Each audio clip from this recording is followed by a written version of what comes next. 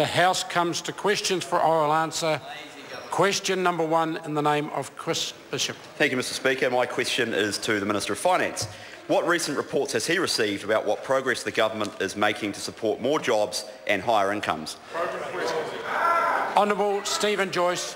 Mr Speaker, on behalf of the Minister of Finance, I have seen several reports, particularly since this House last sat before Christmas, confirming that the growing economy is continuing to support more jobs and higher incomes. For example, Statistics New Zealand last week reported that in the past year, another 80,000 jobs were created across New Zealand.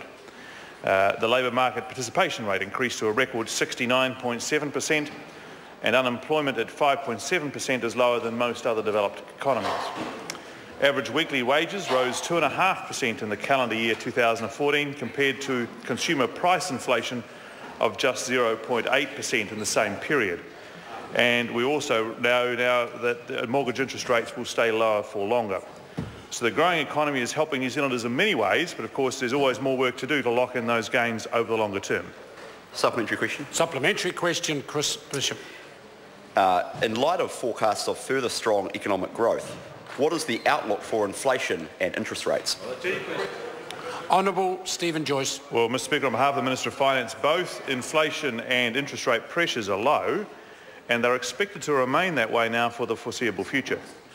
The Reserve Bank noted in its latest official cash rate review that low global inflation and the impact of sharply lower oil prices will continue to increase New Zealand households' purchasing power and lower the cost of doing business. Headline annual inflation is expected to be below the bank's 1 to 3% target band through 2015 and could become negative for a period before moving back towards 2%. In the current circumstances, the Reserve Bank expects to keep the official cash rate on hold for some time. Of course, that will be welcomed by both homeowners and businesses. Future interest rate adjustments will, of course, depend on the emerging flow of economic data. Supplementary question. Supplementary question, Chris Bishop. Thank you, Mr Speaker. To the Minister of Finance, according to the official statistics, how do the latest average wage increases compare to inflation, and how does this compare to historical movements? Honourable Stephen Joyce. Well, Mr Speaker, on behalf of the Minister of Finance, the quarterly employment survey, which successive governments have used to set New Zealand superannuation, for example, shows average weekly wages rose 2.5% in the 12 months to the 31st of December. As I mentioned earlier, this is above the annual inflation rate of just 0.8%. In the past 5 years, average wages have increased by 15% and are forecast to keep rising faster than the cost of living. This contrasts with the position in 2008, when wages were struggling to keep pace with consumer price annual inflation of more than 5%. Speaker.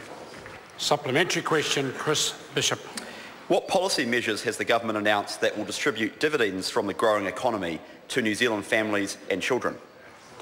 Honourable Stephen Joyce. Mr Speaker, on behalf of the Minister of Finance, a number of important changes will take effect in the next few months that will help families and children. For example, from the 1st of April, paid parental leave will increase by 2 weeks to 16 weeks and by another 2 weeks from the 1st of April of next year. The parental tax credit will rise from $150 a week to $220 a week, and the entitlement will increase from 8 weeks to 10 weeks. And the government's new Home Start scheme will help around 90,000 Kiwis into their first home over the next 5 years.